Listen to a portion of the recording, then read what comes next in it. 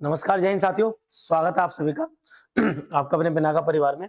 देखिए आज सुपर 30 की कितनी आपकी फोर्थ क्लास या फोर्थ जो सीक्वेंस आपका चल रहा है उसमें आपकी कितनी फोर्थ क्लास आपके सामने है। क्या सुपर 30 सामान्य अध्ययन के या जीएस के जितने भी शानदार क्वेश्चन है 30 क्वेश्चंस पर क्लास आपके सामने लाए जा रहे हैं, जो क्या है बहुत मोस्ट इंपोर्टेंट क्लासेस या मोस्ट इंपोर्टेंट क्वेश्चंस आपके लिए है। उसी क्रम में आज आपका फोर्थ वीडियो है। आशा करता हूं आपने सभी पिछली वीडियो देखी होंगी। कमेंट थी आपकी बाइलिंगुअल को लेकर, तो आपकी क्लासेस बाइलिंगुअल भी की गई। साथ ही साथ बहुत बहुत अच्छी कमेंट करने के लिए आपका धन्यवाद। इसी से हमें मेहनत मिलती है, इसी से हमें प्रेरणा भी मिलती है कि हाँ आगे और भी इंप्रूवमेंट किए जाए। जो भी आपको लगता है आप कमेंट बॉक्स में बताएं। क्वेश्चन देते हैं तो क्वेश्चन भी कमेंट बॉक्स में आप जरूर बता दें, और ज्यादा से ज्यादा वीडियो को लाइक जरूर करके जाएं अगर आपको पसंद आती है, साथ में शेयर भी कर दें। तो चलिए जरा शुरू करते हैं आज हम अपनी फोर्थ क्लास को। क्या है क्वेश्चन पहला हमारा, कनिष्क किस वर्ष में राज्य सिंहासन पर आरूढ़ हुए? तो देखिए अच्छा क्वेश्चन है, और यहाँ पर आपके क्रम से 3-4 क्वेश्चन ऐसे हैं जो बताते हैं कि एक ही राजा या एक ही आंसर को लेकर क्वेश्चंस आपके सामने कैसे कैसे आ सकते हैं। तो आप ध्यान देंगे जरा, देखिए जैसे यदि मैं कनिष्क की बात करूं तो आप सभी जानते हैं कि कुषाण वंश के एक महान शासक जो कब 78 एडी में अपने सिंहासन पर बैठे थे। ठीक है भाई, 78 एडी में याद रखेंगे। वही क्वेश्चन क्या कहता है, शक संवत किसने और कब प्रारंभ किया? तो बहुत ही अच्छा क्वेश्चन है, सेम होगा। देखिए कनिष्क के द्वारा शक संवत शुरू किया गया, और शुरू करने का भी वर्ष क्या था, 78 एडी, है ना भाई, क्या था 78 एडी। वहीं हम नेक्स्ट क्वेश्चन की बात करें तो क्या कहता है हमसे, देखिए इसी क्रम में आपका विक्रम संवत। तो यदि मैं आपसे विक्रम संवत की बात करूं तो विक्रम संवत प्रारंभ होता है आपका कब, 57 बीसी, या कह दूं ईसा पूर्व। वहीं मैं बात करूं गुप्त वंश की या गुप्त संवत की, देखे जाए तो गुप्त संवत, तो वो आपका प्रारंभ हुआ था कब, 319 एडी, या आपका कॉमन एरा। ये कुछ कैलेंडर आपके एग्जाम में आते रहते हैं, आप सभी याद रखेंगे, विक्रम संवत, शक संवत और आपका गुप्त संवत। ठीक है, वहीं अगला क्वेश्चन देखते हैं क्या है हमारा, बुद्ध धर्म का संरक्षक कुषाण शासक कौन था? तो आ गया ना क्वेश्चन। देखिए बौद्ध धर्म का संरक्षक जो था वो स्वयं कनिष्क था। कौन था भाई? कनिष्क। और ऐसा कब पता चलता है, जब कनिष्क के द्वारा फोर्थ बुद्धिस्ट काउंसिल या कहते एक तरीके से बौद्ध संगीति का आयोजन कराया गया था। कहां पर? कुंडलवन कश्मीर के अंदर। तो चौथी बौद्ध संगीति का आयोजन कराया गया था, तभी पता चलता है क्या, बौद्ध धर्म के संरक्षण के बारे में। और कहां हुई थी ये? कुंडलवन कश्मीर में, और इसका साल भी क्या है, 78 एडी। तो देखिए कितने क्वेश्चंस आपके एक ही पॉइंट से बनके सामने आते हैं। वही क्रम में बात करते हैं क्या है, कला की गंधार शैली किसके शासनकाल में पनपी थी? तो क्या कहता है आपका, under whose region did Gandhara style of art flourish? देखिए अगर मैं गंधार कला की आपसे बात करूं या गंधार शैली आर्ट की बात करूं तो ये आपकी मिलती है लगभग हमारा इंडिया का जम्मू कश्मीर वाला हिस्सा, या पाकिस्तान का उत्तरी पाकिस्तान जो जम्मू कश्मीर से शेयर हो जाए, और प्लस में ये मिलती है आपकी अफगानिस्तान वाले हिस्से में। तो यहाँ पर जो फ्लरिश की गई आपकी जो पनपी थी शैली, कला शैली, वो कौन सी थी? वो गंधार शैली थी। और वो पनपी ही कब थी? कुषाण वंश के समय पर। और कुषाण जब शासन कर रहे थे उस समय जो मेन शासक थे वो कौन थे? खुद वो कनिष्क थे। तो इसका भी जो पनपना हुआ है वो भी किसके समय पर हुआ है? कनिष्क के समय पर। तो देखिए कनिष्क, कुषाण वंश के कनिष्क शासक या राजा की तरफ से या उधर उनसे रिलेटेड देखिए कितने क्वेश्चन आपके सामने आ सकते हैं, आप अच्छे से याद रखेंगे। चलिए नेक्स्ट देखते हैं, नेक्स्ट क्वेश्चन क्या है हमारा। चलिए देखते हैं नेक्स्ट क्वेश्चन क्या है हमारा। भारतीय और यूनानी कला के अभिलक्षणों को समन्वित करने वाली कला शैली का क्या नाम था? आ गया ना। देखिए भारत की और यूनान की कला शैली को मिला दिया गया था किसके द्वारा? गांधार कला शैली के द्वारा। गांधार कला शैली। आज आप इसी को देखिए कि ये कौन सी आर्ट होती है, गांधार आर्ट। कहानी क्या है कि इसमें जो मूर्तियां या स्कल्पचर जो बनाए जाते हैं ना, उनकी सबसे बड़ी बात होती है कि वो बहुत ज्यादा कहते हैं एक तरीके से सघन नक्काशी होती है उसके अंदर। सघन नक्काशी, नक्काशी मतलब जड़ा जाता है उसको, कहते हैं बहुत ज्यादा डीप तरीके से उसको बनाया जाए और सबसे बड़ी बात जो क्वेश्चन आपको मिलेगा वो ये मिलेगा कि गौतम बुद्ध के यदि घुंघराले वाल की बात की जाए, घुंघराले वाल जो दर्शाए गए हैं वो भी इसी कला के द्वारा दिखाए गए हैं, करली हेयर्स, ठीक है ना, याद रखेंगे सभी। और सघन नक्काशी क्या होती है, इसका बेस्ट एग्जांपल मैं आपको देता हूं गांधार शैली का। बस आप याद रखें कि गांधार शैली जो समन्वित है वो किस किस से है, भारतीय और प्लस यूनानी शैली या आर्ट से। जरा ध्यान से देखना आप, एक हल्की सी इमेज हमारे सामने, ये हमारी गांधार शैली है। देखिए जरा, सघन नक्काशी का मतलब है आप देखें कितने शानदार तरीके से या कितने जबरदस्त तरीके से इसकी नक्काशी हुई थी, कितने डीप तरीके से ये इमेजेस आपको दिख रही होंगी। ये बगल गौतम बुद्ध जी के पास में मूर्तियां बनाई गई हैं, ये मूर्ति है या ये है, कितनी ज्यादा सघन नक्काशी है। वहीं दूसरी चीज क्या थी, अब ध्यान से देखें तो गौतम बुद्ध के घुंघराले बाल, ये भी आपके गांधार कला शैली में देखने को मिलते हैं। यदि मैं इस मूर्ति की बात करूं तो आपकी बामियान अफगानिस्तान में स्थित है, जिसको तालिबानियों के द्वारा क्या कर दिया गया था, नष्ट कर दिया गया था। पहले जो गौतम बुद्ध जी की मूर्ति थी वो ऐसी थी, बाद में इसको तालिबानियों के द्वारा क्या कर दिया गया, नष्ट कर दिया गया था, ठीक है ना। ये वही मिलती है ये वाली कला आपकी, कौन सी, गांधार कला शैली, याद रखेंगे सभी। चलिए जरा देखते हैं ध्यान से क्या है हमारे और क्वेश्चन आगे। कहता है कि कनिष्क के शासन काल में या कनिष्क के शासन काल में रहने वाले साहित्यकार कौन थे। तो कनिष्क के समय पर दो साहित्यकार बड़े फेमस थे, एक तो थे आपके अश्वघोष, आप याद रखें अश्वघोष, और एक थे आपके नागार्जुन, ठीक है ना भाई। अगर मैं अश्वघोष की बात करूं तो आपको याद होगा चौथी बौद्ध संगति के अध्यक्ष कौन थे, यही बने थे, फोर्थ बुद्धिस्ट काउंसिल के अध्यक्ष ये बने थे। वहीं नागार्जुन की बात किया तो एक दर्शन बड़ा ही अच्छा इनके द्वारा दिया गया, जिसे कहते हैं हम शून्यवाद दर्शन, इन्हीं के द्वारा प्रतिपादित किया गया। और ये दोनों किसके समय के थे, ये सब कनिष्क के शासनकाल के थे, ठीक है ना। The literatures who lived during the region of Kanishka were, तो याद रखेंगे कौन कौन थे आपके, अश्वघोष और नागार्जुन। में बात करें राजा खारवेल किस चेदी वंश के महानतम शासक थे, तो याद रखें चेदियों में एक वंश था कलिंग, या कहा गए थे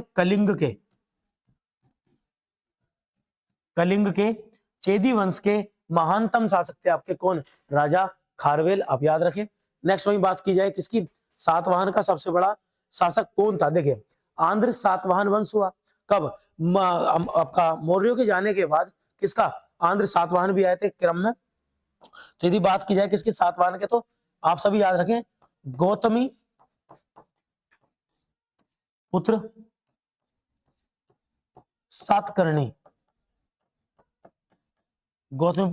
सातकर्णी, आंध्र सातवाहन वंश में सबसे महानतम शासक रहे हैं, याद रखें। और सबसे अच्छा क्वेश्चन इनका मैं आपको बताता हूं, एक क्वेश्चन ये भी आता है कि इनको किसके द्वारा हराया गया था, तो आप याद रखें शक वंश के शासक रुद्रदामन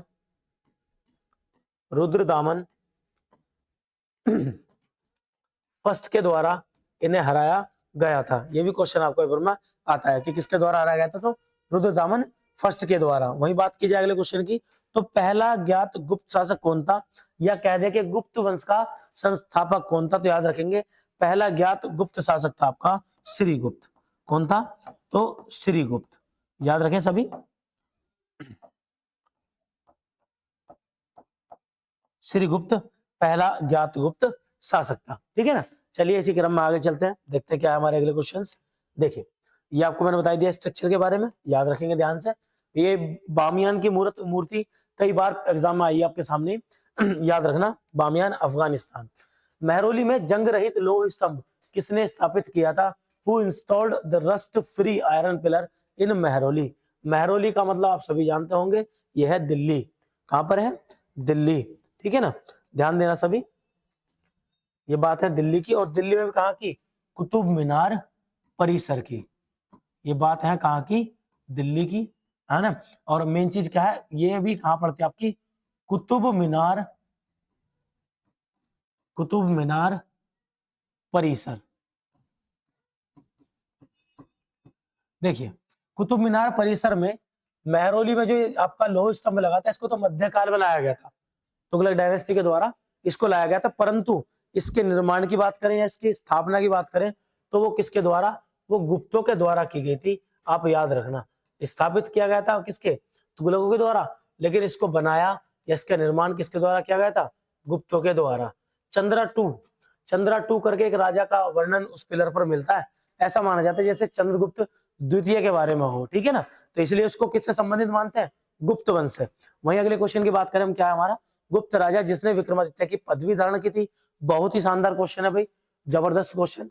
देखिए, भारत के इतिहास में 14 ऐसे शासक हुए जिन्होंने विक्रमादित्य की उपाधि धारण की थी। इनमें सबसे पहले थे आपके कौन, याद रखना, चंद्रगुप्त सेकंड, या कह दूं चंद्रगुप्त द्वितीय। वहीं अगर मैं 14th की बात करूं या लास्ट की बात करूं तो आप सभी जानते होंगे हेमू, जिन्होंने पानीपत का दूसरा युद्ध अकबर के सामने लड़ा था, हेमचंद्र, आप सभी जानते हैं हेमू ऐसे 14वें शासक थे जिन्होंने किसकी, विक्रमादित्य की उपाधि धारण की थी, ठीक है ना। वहीं आगे चलते हैं, बात करते हैं कौन सा क्वेश्चन है। तो देखिए, चंद्रगुप्त द्वितीय इसका आंसर हो जाएगा, ये भी आप याद रखें। तो कौन थे पहले शासक, चंद्रगुप्त द्वितीय, गुप्तों में इन्होंने ये उपाधि धारण की थी। अगला क्वेश्चन है आपका, चंद्रगुप्त द्वितीय और किस नाम से जाने जाते थे। तो वही क्वेश्चन आपका अगेन आ गया, किसके नाम जाने जाते थे, तो विक्रमादित्य के नाम से भी जाने जाते थे। कौन, चंद्रगुप्त द्वितीय, याद रखेंगे। गुप्त काल के चांदी के सिक्कों को क्या कहा जाता था, बहुत ही अच्छा क्वेश्चन। देखिए, गुप्त काल के जो चांदी के सिक्के होते थे उन्हें बोला जाता था रुपयक। क्या बोला जाता था, रुपयक, ठीक है ना, याद रखे सभी, इन्हें बोला जाता था रुपयक। रुपयक इन्हें कहा जाता था। जो चांदी के सिक्के होते थे, सोने के सिक्के को कुछ और कहते थे, वो भी आपको बताएंगे, ध्यान दे जरा। लिच्छवी दोहित्र किसे कहा जाता था, लिच्छवी की राजकुमारी का बेटा, है ना भाई। लिच्छवी की राजकुमारी का बेटा जिसे लिच्छवी दोहित्र कहा गया, वो कौन था आपका, गुप्त वंश का शासक समुद्रगुप्त। कौन था, समुद्रगुप्त, ठीक है, याद रखेंगे सभी। इसी को क्या कहा गया था आपका, क्या एक तरीके से क्या, लिच्छवी दोहित्र। और साथ में एक नाम और बड़ा प्रचलित है इनका, सभी को आपको पता भी होगा, कहीं ना कहीं पढ़ा जरूर होगा, क्या, भारत का नेपोलियन, भारत का नेपोलियन, ठीक है, याद रखेंगे सभी, भारत का नेपोलियन। वहीं उसी क्रम में आगे चलते हैं, देखते हैं क्या है हमारे नेक्स्ट क्वेश्चन। तो चलिए जरा देखिए, क्वेश्चन आपका, रोमन साम्राज्य के साथ व्यापार जो हमारा था, रोम पर किसके द्वारा आक्रमण करने के साथ खत्म हो गया।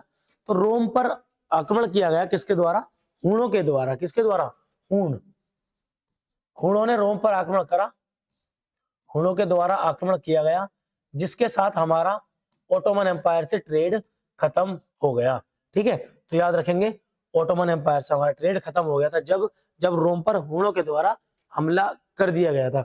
वही नेक्स्ट क्वेश्चन कहता है, भारत के नेपोलियन के नाम से आमतौर पर कौन हिंदू राजा विख्यात है। जस्ट तभी आप लोगों ने पढ़ा था, कौन, गुप्त वंश के शासक समुद्रगुप्त, ठीक है भाई, समुद्रगुप्त इस नाम से प्रसिद्ध हैं, याद रखें सभी। नेक्स्ट क्वेश्चन क्या है, भारतीय संस्कृति का स्वर्ण युग था। बहुत ही प्यारा क्वेश्चन है भाई, कभी कभी आता है भारतीय साहित्य का, किसका, भारतीय साहित्य का गोल्डन पीरियड की बात करें तो याद रखना, गुप्त राजाओं का या गुप्त काल को, किसको, गुप्त काल को भारतीय साहित्य का स्वर्ण युग माना जाता है। जितनी ज्यादातर साहित्यों की जो रचना हुई है, या जितने बड़े बड़े ग्रंथ कहते एक तरीके से, या बुक्स जो लिखी गई हैं, वो कब लिखी गई हैं, गुप्त काल के समय पर। इसीलिए से क्या कहते हैं, भारतीय संस्कृति का क्या आपका गोल्डन एज या स्वर्ण काल। वहीं आगे बात की जाए तो गुप्त काल में किस धातु के सर्वाधिक सिक्के जारी किए जाते थे। तो यही है, देखो जानदार क्वेश्चन, ये क्या कहता है, किसके, तो याद रखे सोने के, किसके, सोने के सिक्के,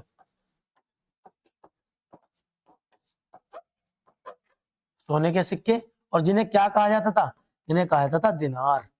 क्या बोला जाता था भाई, इन्हें दिनार कहा जाता था, बताया ना। और चांदी के सिक्के क्या कहे जाते थे, रुपयक, ठीक है, याद रखेंगे। आगे चलते हैं, देखते क्रम में क्या क्वेश्चन है हमारे। आगे क्वेश्चन आपका, प्रसिद्ध गुप्त संवत निम्नलिखित में से किस वर्ष शुरू हुआ। यदि आपने पहला क्वेश्चन देखा होगा तो उसमें आप समझ ही गए होंगे, अगेन मैं लिख देता हूं आपके सामने, 319 एडी, क्या, 319 एडी, है ना भाई, याद रखें सभी, या 319 ईस्वी में आपका शुरू हुआ था क्या, गुप्त संवत। नेक्स्ट क्वेश्चन है इलाहाबाद स्तंभ के शिलालेख में किसकी उपलब्धियों का वर्णन है। तो अगेन आप याद रखें, गुप्त या भारत के नेपोलियन के नाम से प्रसिद्ध भारत के नेपोलियन के नाम से प्रसिद्ध समुद्रगुप्त, किसके, समुद्रगुप्त के बारे में इलाहाबाद स्तंभ बताता है, जिसको समुद्रगुप्त, ठीक है भाई, जिसको किसके द्वारा, इस स्तंभ को हरिसेन के द्वारा बनवाया गया था। तो अगला क्वेश्चन आप पढ़ें ध्यान से, क्या कहता है, इलाहाबाद स्तंभ शिलालेख किसके द्वारा बनवाया गया, तो हरिसेन के द्वारा, और उसमें किसके या किसका जिक्र या किसका वर्णन मिलता है, तो समुद्रगुप्त का वर्णन मिलता है, याद रखेंगे सभी। अगला क्वेश्चन है फाहियान किसके समय भारत आया था, तो याद रखेंगे सभी, फाहियान चंद्रगुप्त द्वितीय या कह दूं विक्रमादित्य चंद्रगुप्त द्वितीय के समय भारत आया था। कहां से, तो चीन से, है ना भाई, चीन से।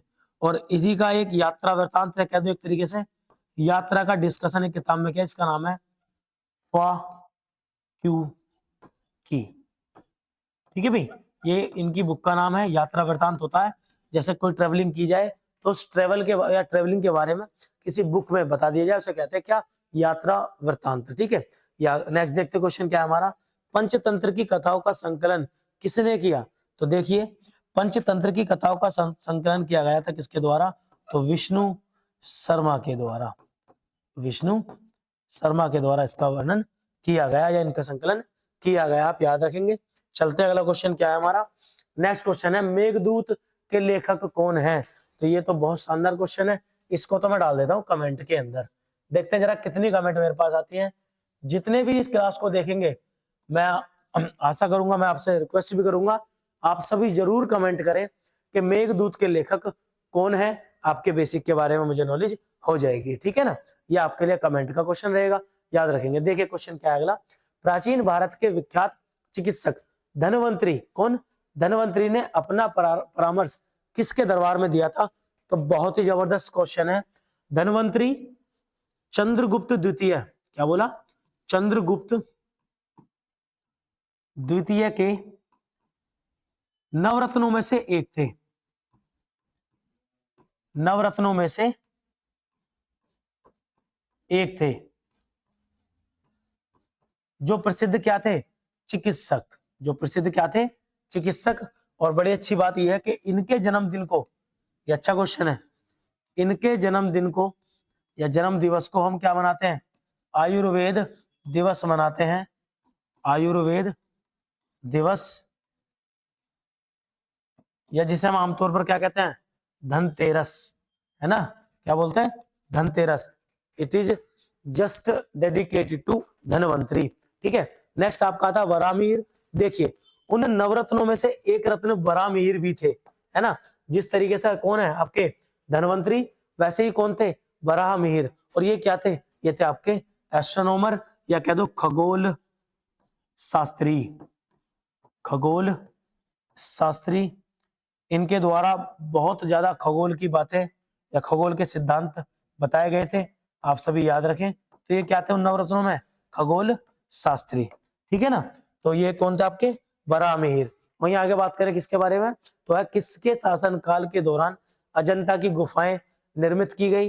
तो अच्छा क्वेश्चन है, महाराष्ट्र के अंदर ये गुफाएं बनाएगी किसके द्वारा, तो गुप्तों के शासन के दौरान, गुप्तों के दौरान, ठीक है भाई, याद रखेंगे सभी, गुप्तों के दौरान। नेक्स्ट क्वेश्चन की बात किया तो संगम काल में रोमन व्यापार का केंद्र क्या था। देखिए संगम काल की यदि मैं बात करूंगा तो बात आती है फिर किसकी, इसका आंसर मैं देता हूं आपको, ध्यान देना जरा। देखिए संगम काल की बात करूं तो संगम काल हमारे यहाँ पे जो स्टार्ट या माना जाता है, मेनली किस हिस्से पर माना जाता है, वो कोरोमंडल तट पर माना जाता है, जो तमिलनाडु वाला हिस्सा है, कोरोमंडल तट पर माना जाता है वो, ठीक है ना। ये कोरोमंडल तट है आपका, ये वाला, इस पर माना जाता है। और इसी पर एक जगह है आपकी कौन सी, पुदुचेरी के नाम से, वर्तमान नाम इसका क्या है, पुदुचेरी।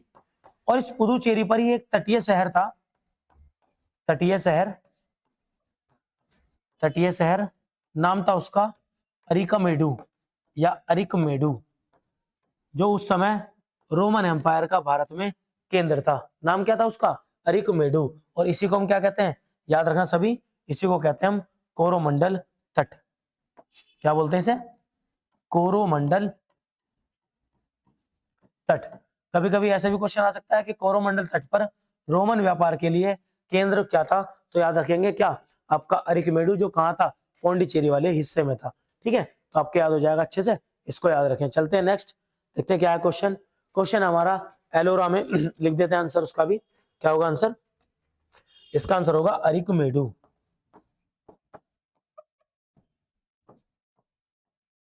अरिकमेडु। ठीक है, नेक्स्ट देखते हैं क्या है क्वेश्चन हमारा।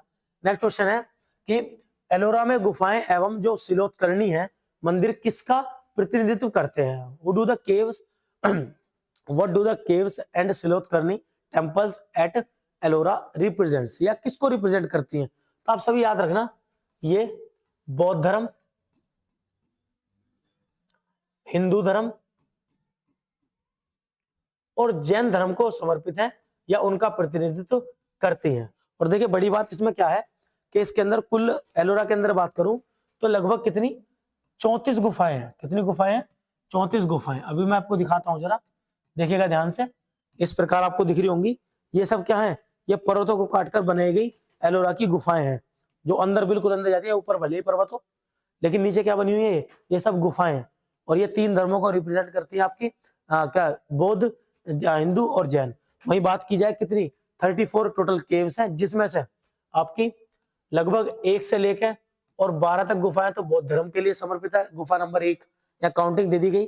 हिंदू धर्म की बात की जाए तो 12 से लेकर और 29 तक, कितना 29 तक 29 17 केव किसकी है? वो आपकी हिंदू धर्म को समर्पित है, 12 से लेकर 29 तक। वही जैन की बात की जाए तो 5 केव, कितनी 5, 12 से 34 तक आपकी किसको समर्पित है?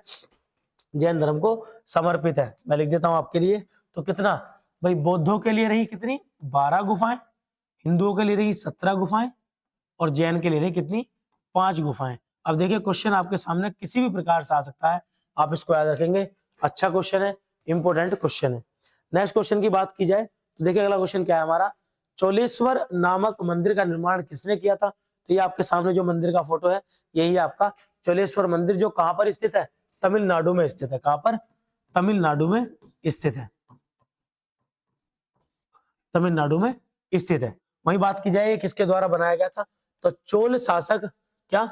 चोल शासक विजयालय के द्वारा इसे निर्माण या निर्मित किया गया था। चोल शासक विजयालय द्वारा, है ना भाई, याद रखेंगे सभी। चोल शासक विजयालय द्वारा इसका निर्माण कराया गया था। ठीक है भाई, देखिए इस प्रकार आपकी क्लास नंबर 4 के सुपर 30 क्वेश्चंस हो जाते हैं। यदि आपको ये वीडियो पसंद आई है तो जरूर लाइक करें और बताएं कि कैसा है हमारा एफर्ट।